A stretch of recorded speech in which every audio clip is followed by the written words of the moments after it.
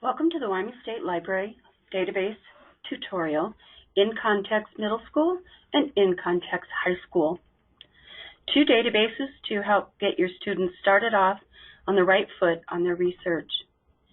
There have been some changes, and as you'll notice as we go through this, the first change I want to point out is that Go Wild has a new look. We have changed our subject pages to these LibGuides, and we'll take a look at that. You can search them by all guides or by subject. There's also a new A to V list. In Context also has a new look and new names. The two we'll look at today are Research in Context, which is now Gale in Context Middle School, and Student Resources in Context, which is now Context High School. They've also created a new in Context College.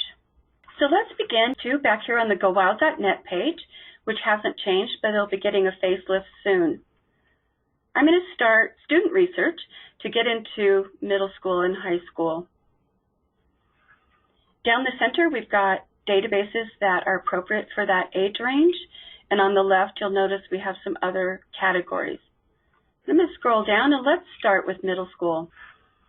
They've increased the size and visibility of the search box and created a new toolbar that travels with you during your searches.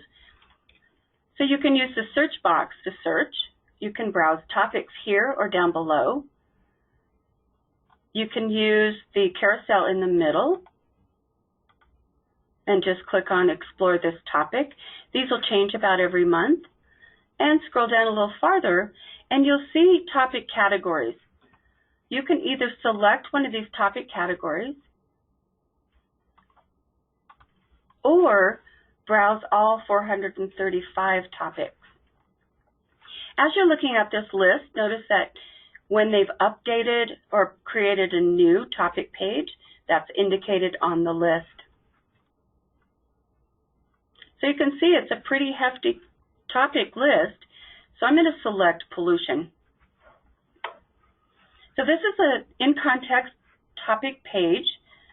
You have an overview here in the center, and all you do is click on Read More.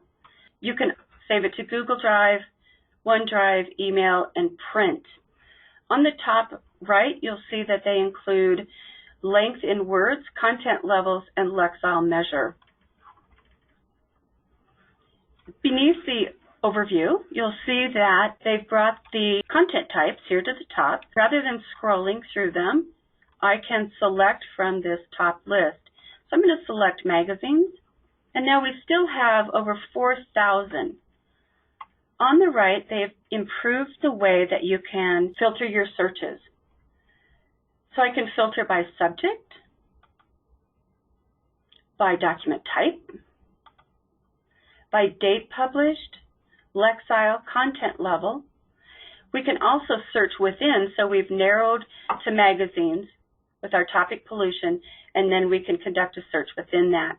We can also do a publication title search, which I'm going to do. I'm going to select Sky and Telescope, and then scroll down and click Apply. So now I'm down to 44 magazines. So that's a doable start to my research. Now we've got our search here at the top, breadcrumbs, that we've done a search on pollution. We've selected the magazines, and now we've narrowed to Sky and Telescope. There's a little X next to the title that you can take that limiter off. As we scroll down, you'll notice that they also include word count, type of item, Lexile level, and these boxes that indicate their content level. You'll see there's little dots in the boxes that indicates there are 4 dots. So this is content level 4, and I'll show you where the flyer is to get information about the Lexile scores and the content levels. So I'm going to select one. This is called Cities from Space. Notice that my toolbar has come with me, but it's context specific. So now I've got a citations tool. I can send it, download it, print it, and get the permalink. We'll look at highlights and notes in a second. So this article is pretty graphic intensive. Notice that I can explore just the document images from this article or related subjects. I can follow my breadcrumb trail back all the way to pollution. And I want to scroll down and just show you what it looks like when you scroll down and not use those boxes at the top. They include always 3 suggested items, but to see all, be sure and click on the item type.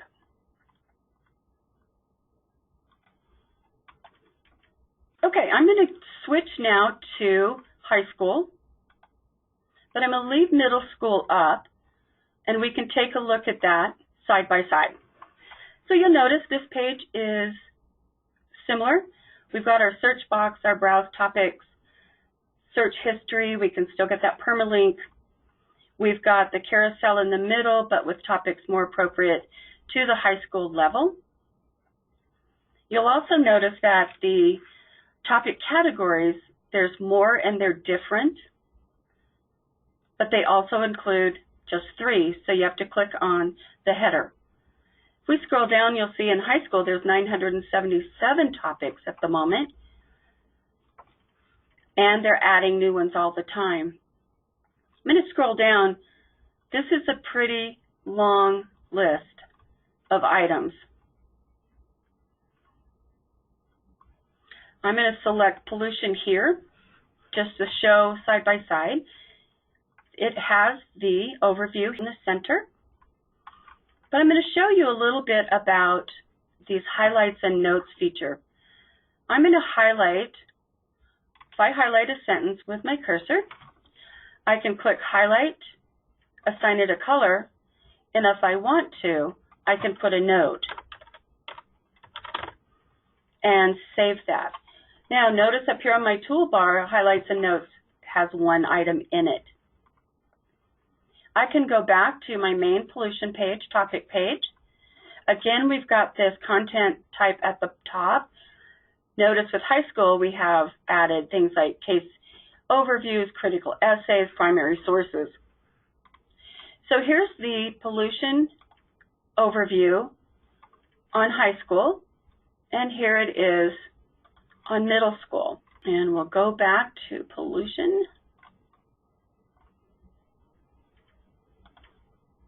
And here's that same topic page in middle school. Notice that this one has fast facts.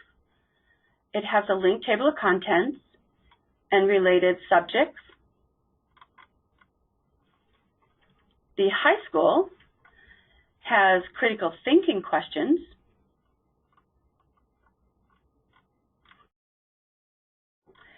On the right-hand side, they also have linked table of contents, related subjects, and more like this.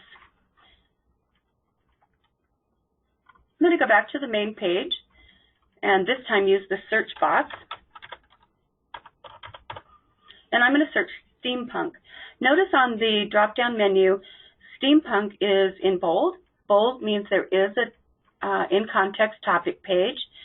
The other ones will give you results, but they'll just be a results page without that overview. So let's do a little bit more with that highlights and notes, and let's look at steampunk as a genre and highlight just some information about it. So I'm going to highlight, assign it a color,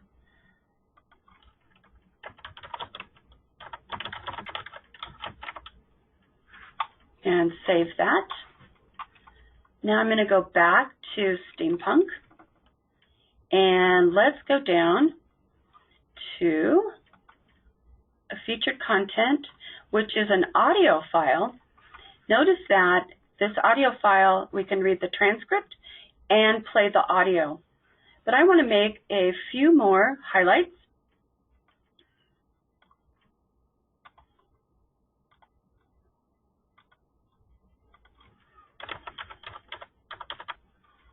Save that. Now, I'm going to go back up here to my highlights and notes at the top right. Here's my highlight and note that I just did, but I can view all highlights and notes. I have the identifier, the topic, so I have the ones I did from pollution and the two I did from steampunk. You can edit your notes and add notes. There is a warning at the top that you will lose these unless you send to download or print up at the top right when you exit this product. So you'll notice that we exited a search and did not lose them when we did a new search because we had not left Gale in Context High School. I'm going to go back out on the main page. Let's take a look at advanced search. This lets us build an advanced Boolean search. Limit to peer reviewed, for example, and there's your content level, Lexile level. Next to the advanced search tab is a publication search. So we can look at all publications within this resource or limit again. But I'm going to show you the topic finder. This gives a visual search results for students to maybe see some of the other ways that they can narrow or broaden their search.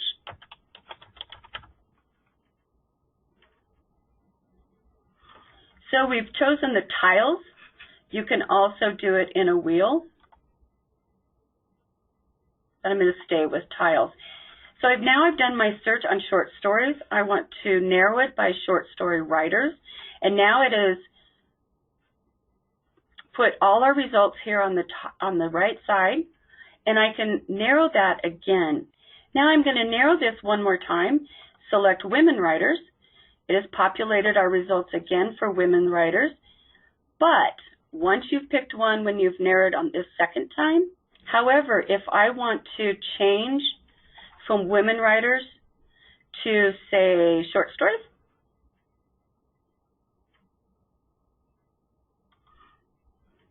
and then go back to my main search, I can't go back. So if I want to go back to my short stories search, I have to type that in again. But they're working on it.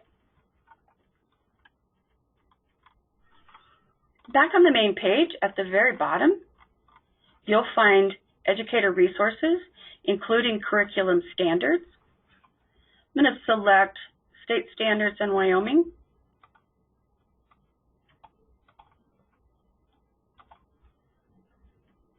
And notice that it gives me all of the standards, and I can select from these highlighted basic searches having to do with that.